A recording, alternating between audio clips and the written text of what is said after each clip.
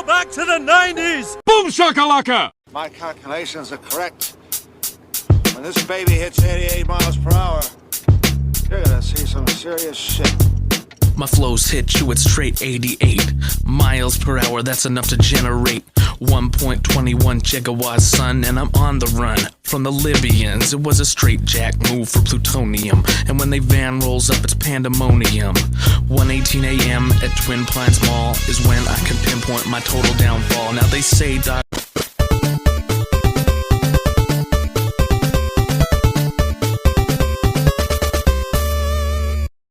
Greetings and salutations, and you are tuned in to Nostal-Ged.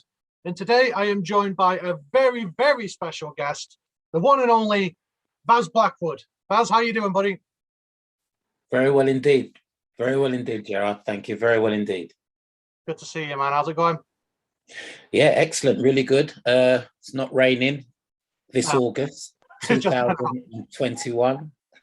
Just in time for the new football season. Nice weather to play football in.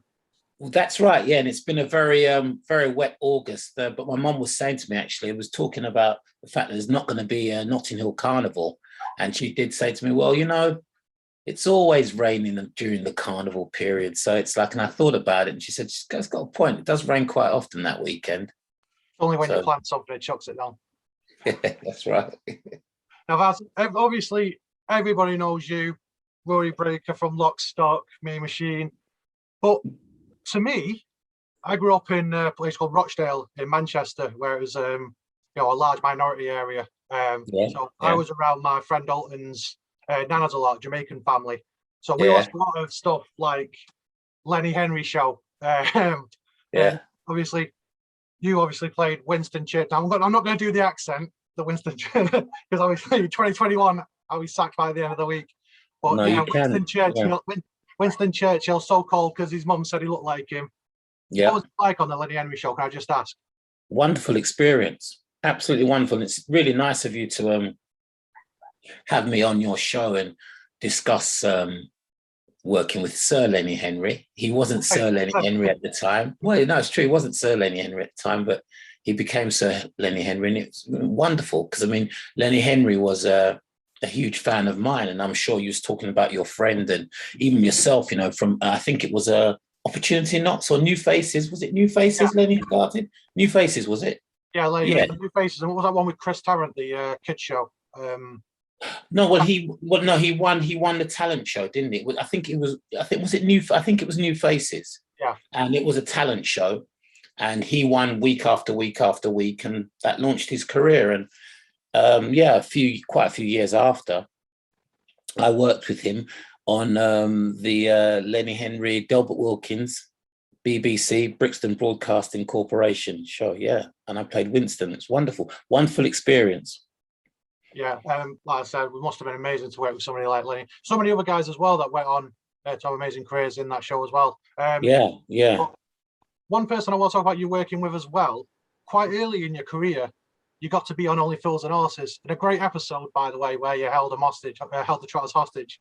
I mean, thank you. Can we just talk about working with another legend like David Jason, Nicholas Lyndhurst? I mean, Buster Merrifield, of course. Buster Merrifield as well was in that scene. That's right, Buster Uncle. Yeah.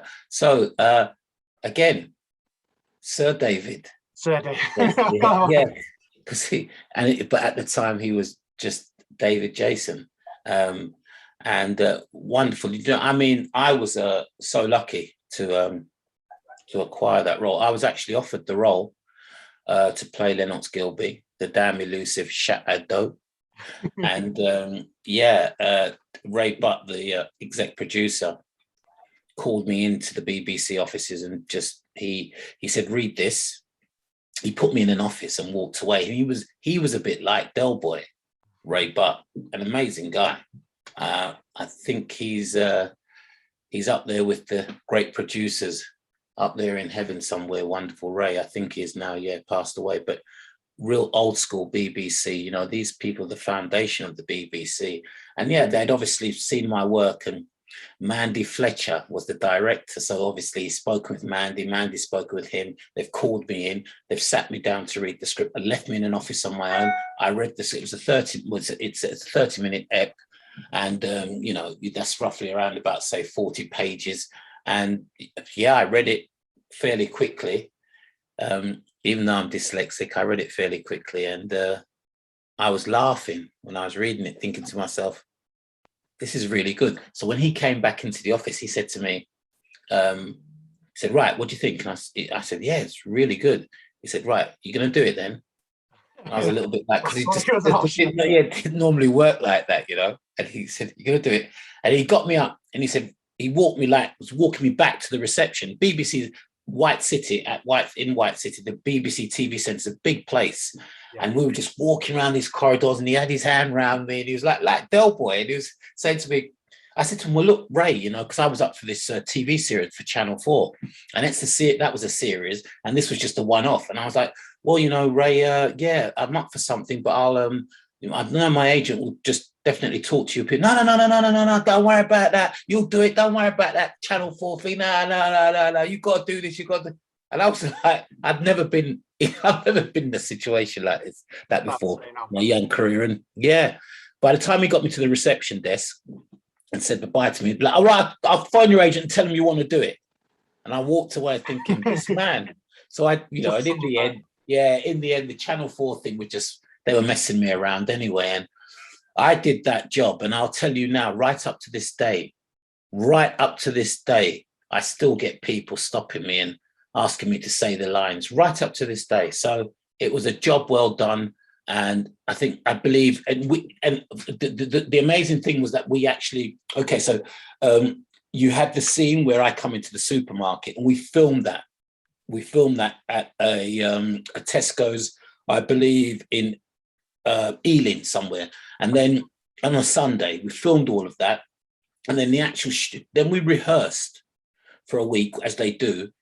But the whole scene was contained in the manager's office because the safe is on a time lock. So when we to rehearse for say 5 days, and then we do a dress run, and then the audience come in and watch. So the audience watched the pre-record in the supermarket, and then they pushed me when manager Jim Bain, he played the character. He was in EastEnders, but he was a security guard. There's two of them, he's pushed me into the office and I'm screaming, don't take me up to the manager's office, don't take me up to the manager, not that man, no. And when he's pushed me in, boom, and I pulled the gun and said, right, open the safe. And from then on, the audience are on it, and it was like a theatre performance because it was just in the manager's office. Yeah. So, yeah, you know, it was not a matter of hit or miss. It was it was a hit every time, and we had been rehearsed. So it was a wonderful job to do. 17 million people, I believe, watched that at one given time. Yeah. That's only Frozen and Horses. There's never a bad episode. No, it's just they're classics. They're classics. They're like Dad's Army, Steptoe and Son, you know, 40 Towers. So I'm very privileged. I am really privileged because, you know, being a British actor and coming from the old school, you know, London boy, just doing a job of that ilk, you know, that still up to this day keeps me in good stead. Yeah, absolutely. Like I say, not just, you know, Willie Fools, things like you're in The Bill, you know, Casualty, Peel and Pace, French and Saunders you were in. Yeah, I worked with, yeah. Well, at the time, Sir Lenny was married to Dawn French, and of course, I was good friends with Dawn. Well, I still am. She was a good friend, and they just got me in. Her and Jennifer got me in to do a little bit there. Yeah. And I was going to say, you mentioned The Bill, but back in the day, every actor worth their salt had been in The Bill. Every British actor. I did it once, and I think they came back to want me in it again a few times, like down the years. And I used to say to my agent, would have been a new agent or the same agent, probably a new agent. I used to say, how many more times do they want to arrest me? It sounds stupid, like picking up something like The Bill, but to my generation, things like The Bill, Soldier, London's Burning. These kind of shows are just burned into your brain because it's just what you always had on in the background, That's right. Television transitioned into films, and of course, Guy Ritchie. How the hell do you end up in a Guy Ritchie film, Lock, Stock? I mean, how does that happen?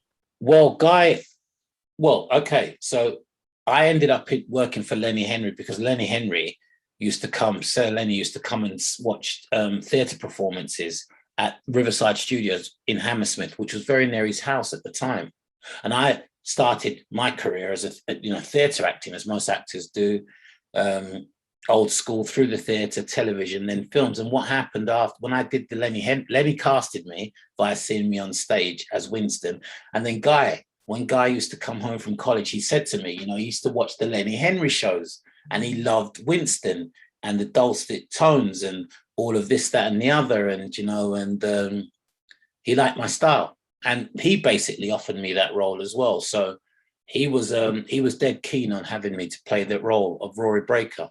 So it's basically, it's that natural transition. This is what normally happens. So once you've then broken into doing films, theatre, TV, films, and then, you just play around with it. You can go back and go back doing theatre. I haven't done it in many years, but I'm versed in it. That's where I started. Revisited any time in my career, and television, always up for it, and films, always up for it. I mean, there's every character in a Guy Ritchie film is cool. I mean, like 99% of all the characters are cool, but Rory Breaker, I mean, he's the coolest. I mean, I remember that intro by Danny John Jules, Cat from Red Dwarf, sound guy, by the way, a couple of times. But that intro from him where he's in the pub, I mean, it's just so cool. Like, yeah, Rory Breaker's iconic role. I think, it's like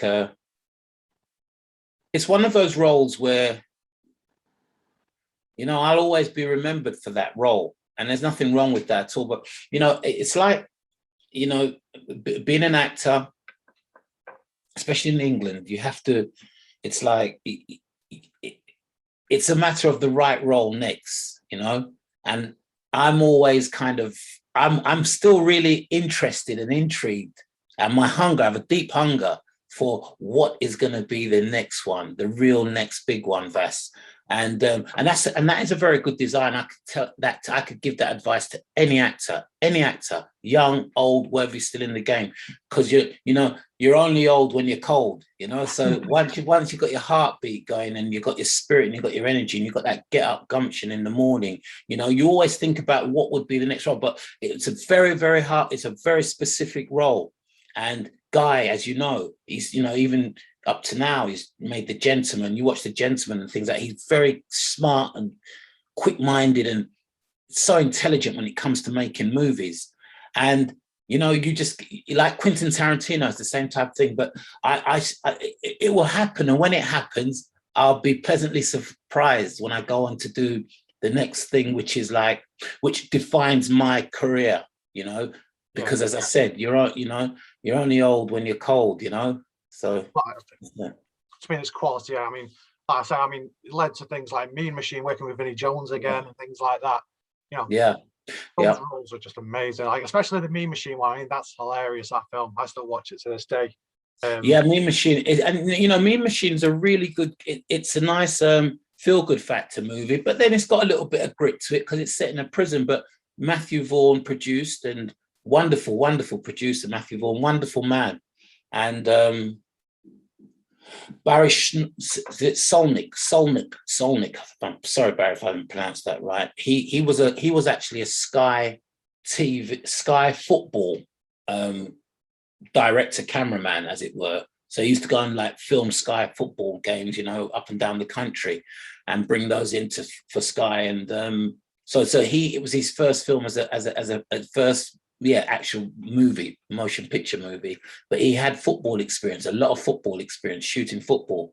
And we got together and it was a real team effort, Mean Machine, and a great film, and Vinnie Jones' vehicle, but wonderful man, Vinnie, because I don't know if you know, but Vinnie was the actual seed investor for Lock, Stock and Two Smoking Barrels. He was the first person to actually put some money up to that script. Yeah. So we owe Vinnie a lot. Yeah, I mean, like I said, Mean Machine looks like it was just the funnest time. I mean, was it literally just a case of in between takes just having a kick about with like Vinny Jalili was in it and things like that, and then you've got Jason Statham. Yeah. Just the boys basically just having the time. Yeah, it was a little bit like that. Not a lot of work getting done. It was a lot like that actually, but then there was but then we did have work to do, so we got on with the work. There was some. I tell you what, you'd be relaxing sometimes because the boys were running around because they what's the word when you get they had a manicured football pitch, right at this location. It was all, it was sealed off and perfect, like Wembley it was. And we would do all we'd shoot, and then there'd be a break. We'd have a break and camera setups, change the camera angles and everything, maybe to do that next scene. And a lot of the boys and I was just the manager, but a lot of the boys were playing some hard football.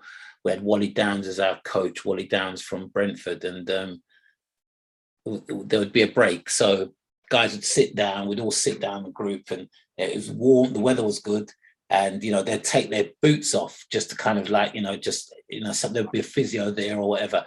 And whenever it was like the AD would come, first AD or second AD or third or whomever, and just say, right, guys, we're about to set up again. Come on, ready, one ready. So there'd always be someone who's can't find their football boot, right? Because someone's nicked it, someone's hidden it, and it got bad, don't put anything down. So they were always playing pranks. Don't put anything down. And if you do, keep your eye on it, because when sometimes there'll be a boot way over there somewhere. How did it get there? And it would delay filming by a little bit, but it was all good. Or you'd be talking to someone standing up, and then someone would go behind you, go down on their knees in a ball, and Vinny would push you and you'd fall over, and it was endless. It was endless. Good times. Vas, I want to say a massive thank you for joining us today. Guys, Vas is a true British legend. I want to say a big thank you as well to Felicity, International Artist, for sorting us out today as well. Legend. She's got a nice box of chocolates coming her way. Thank you so much, buddy. Yeah, and you keep up the good work. Thanks. I've been on your site. I've seen a few of your interviews. I think you're doing a wonderful job. So you just keep it up, because you can only but grow. You grow and grow. And you have a massive archive of it's been so amazing. It's weird because everybody's like, oh, I bet they're all divas or things like that. But every single person I've had, from the first one to, I've had Star Trek guys, Mighty Ducks guys, and things like that, guys that mean so much to me growing up.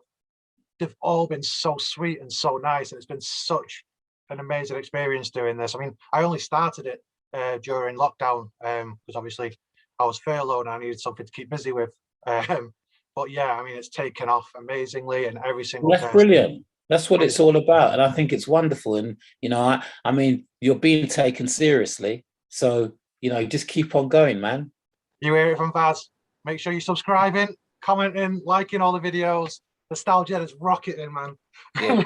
Don't forget to send me that £50 you said you were going to send me. All right? I'll send you a couple of bottles of whiskey or something, man. Cheers, Vas. All right, take care. God bless. Look after yourself. See you soon. Bye-bye. Yo, guys, I love doing these special guest interviews, and Vas is such a legend. I want you guys to get involved and let me know the kind of guest you would like me to book. Now, obviously, be realistic. I ain't going to be getting, Arnie or Sly Stallone or something like that. But, there's some legends out there who do make time for the fans. So, by all means, drop it in the comment section. Thanks again to Vas. As I mentioned in the previous video, I have been working on other projects and been quite busy. That's why there's not been a lot of content on here recently. But I'm back to it now. Going to be working on the next top 10 favourites list. I want you guys to let me know what kind of top 10 favourite lists you'd like to see.